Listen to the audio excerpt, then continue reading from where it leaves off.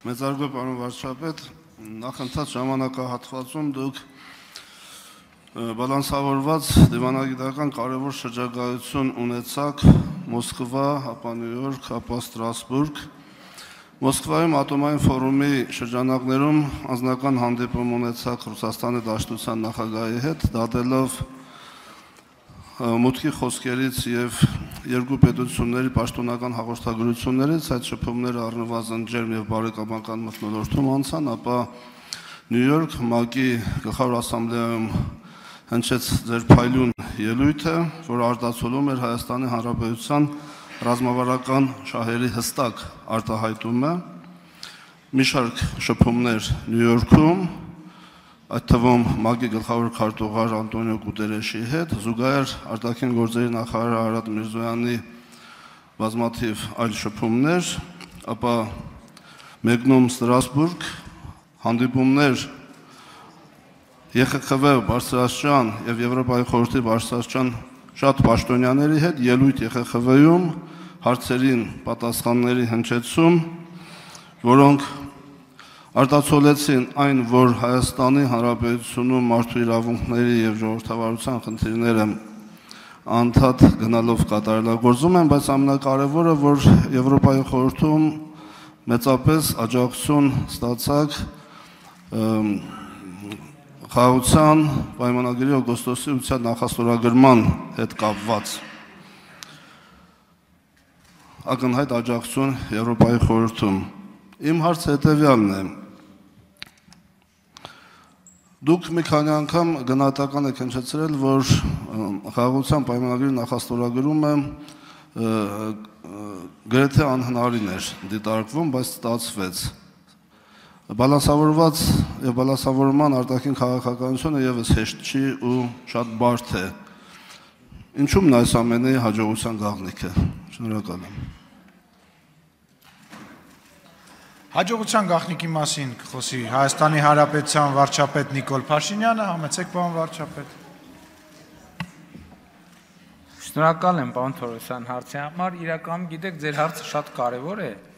հետևյալ տրամաբանությամբ, որովհետև հիմա ես կարդում եմ, նախկինում ես կարդում էի մեր հավասարակշռված և հավասարակշռման արտաքին քաղաքականության վերաբերյալ ներհայաստանյան մեկնաբանությունները և զարմանում, հիմա էլ կարդում եմ միջազգային մեկնաբանությունները և զարմանում։ Հիշում եք այս ամբիոնից մի քանի անգամ ասել եմ, որ պետք չի գործընկերությունը շփոթել ամուսնության հետ և ընդհակառակ ամուսնությունը շփոթել գործընկերության հետ և հիմա գիտեք ինչն է, որ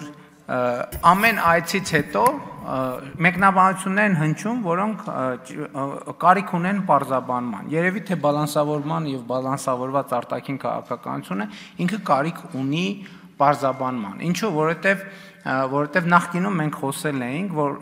և այս օրինակը կարծում եմ շատ հստակ է ցույց տալիս, մասնավորապես նոր միջուկային ռեակտոր կառուցելու մեր փնտրտուքների մասին և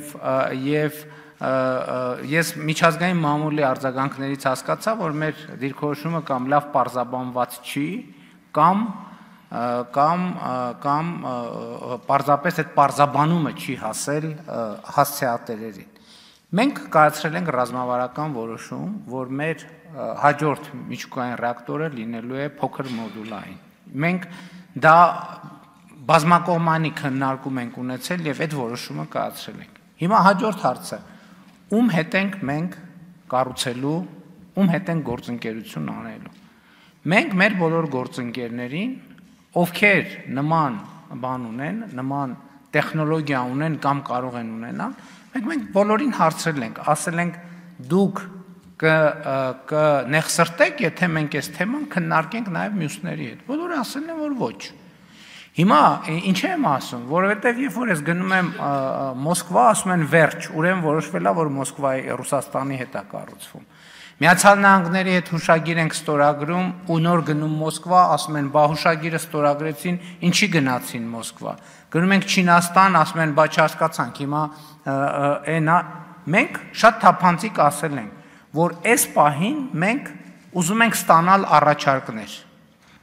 Եվ մենք այսօր նման խոսակցություն ունենք եւ Միացյալ Նահանգների հետ, եւ Ռուսաստանի հետ, եւ Չինաստանի հետ, եւ Հարավային Կորեայի հետ, եւ Ֆրանսիայի հետ։